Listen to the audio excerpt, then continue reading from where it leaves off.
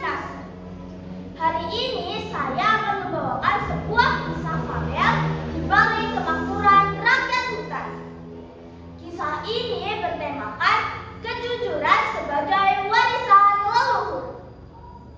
Dengan judul Jujur Berbuah Mujur, karya Dr. Andes Sutanto. Sudah siap mendengarkan? Mari kita mulai petualangannya. Cuaca pagi itu cukup cerah. Sinar sang surya menghangatkan dunia. Ratusan binatang tampak berkumpul di tengah padang yang luas. Di antara mereka terlihat Sardula, harimau si raja hutan yang sedang duduk dengan tenang di hadapan rakyatnya. Rakyatku yang aku cintai, aku mengumpulkan kalian semua di tempat ini karena ada hal penting yang aku akan sampaikan. Rakyatku, aku sudah merasa tua. Kurasa telah tiba saatnya bagi kalian memiliki raja yang baru. Mengapa begitu tergesa-gesa, Tuan? Bukankah Tuan masih cukup kuat? Tanya Sasa si rusa jantan. Benar, Tuan, apa tidak sebaiknya ditunda beberapa tahun lagi? Sahut Rana si burung merpati. Sang raja tersenyum. Menurutku, ini adalah saat yang tepat karena aku masih bisa turut memberi sumbang saran. Aku tidak ingin menjadi raja seumur hidup. Saatnya memberi kesempatan bagi yang muda untuk tampil memimpin negeri ini. Aku berpesan kepada kalian semua.